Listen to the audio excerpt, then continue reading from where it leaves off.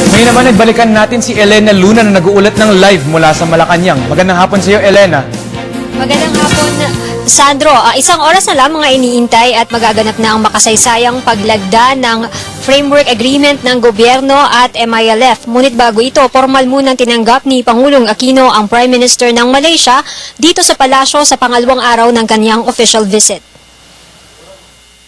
Mula sa wreath-laying ceremony sa Rizal Park sa Luneta, sa palasyo na dumiretso si Malaysian Prime Minister Najib Razak. Sa Malacanang ground, sinalubong ni Pangulong Aquino ang leader ng Malaysia kasama ang kanyang First Lady na si Datin Paduka Seri Rosma Mansor. Nasa Pilipinas si Prime Minister Najib para sa 3 araw na official visit sa imbitasyon ni Pangulong Aquino. Ito ang unang pagbisita sa Pilipinas ni Prime Minister Najib mula nang mahalal bilang leader ng Malaysia taong 2009. Inimbitahan siya ng Pangulo para maging isa sa mga saksi sa lalagdaang framework agreement ng gobyerno at ng Moro Islamic Liberation Front o MILF mamayang 2:00 ng hapon. Mula taong 2001, nagsilbi ng third-party facilitator para sa usapang pangkapayapaan ng Pilipinas ang Malaysia.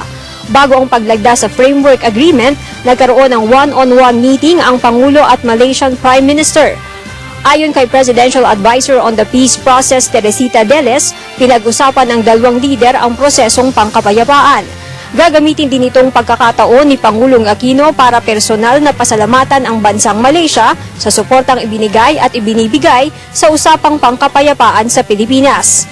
Ang one-on-one meeting ay sinundan ng expanded bilateral meeting kung saan nakasama ng dalawang lider ang ilang miyembro ng kanilang gabinete. Kabilang sa delegasyon ni Prime Minister Najib ang mga ministers ng Malaysia sa Foreign Affairs, International Trade and Industry at Defense. Bahagi rin ng delegasyon ng Prime Minister ang mga negosyante.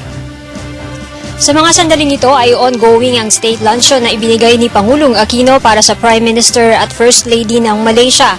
Matapos ito ay magaganap na ang ceremonial signing ng framework agreement ng Pilipinas, ng gobyerno ng Pilipinas at ng MILF sa Rizal Hall ng Palasyo.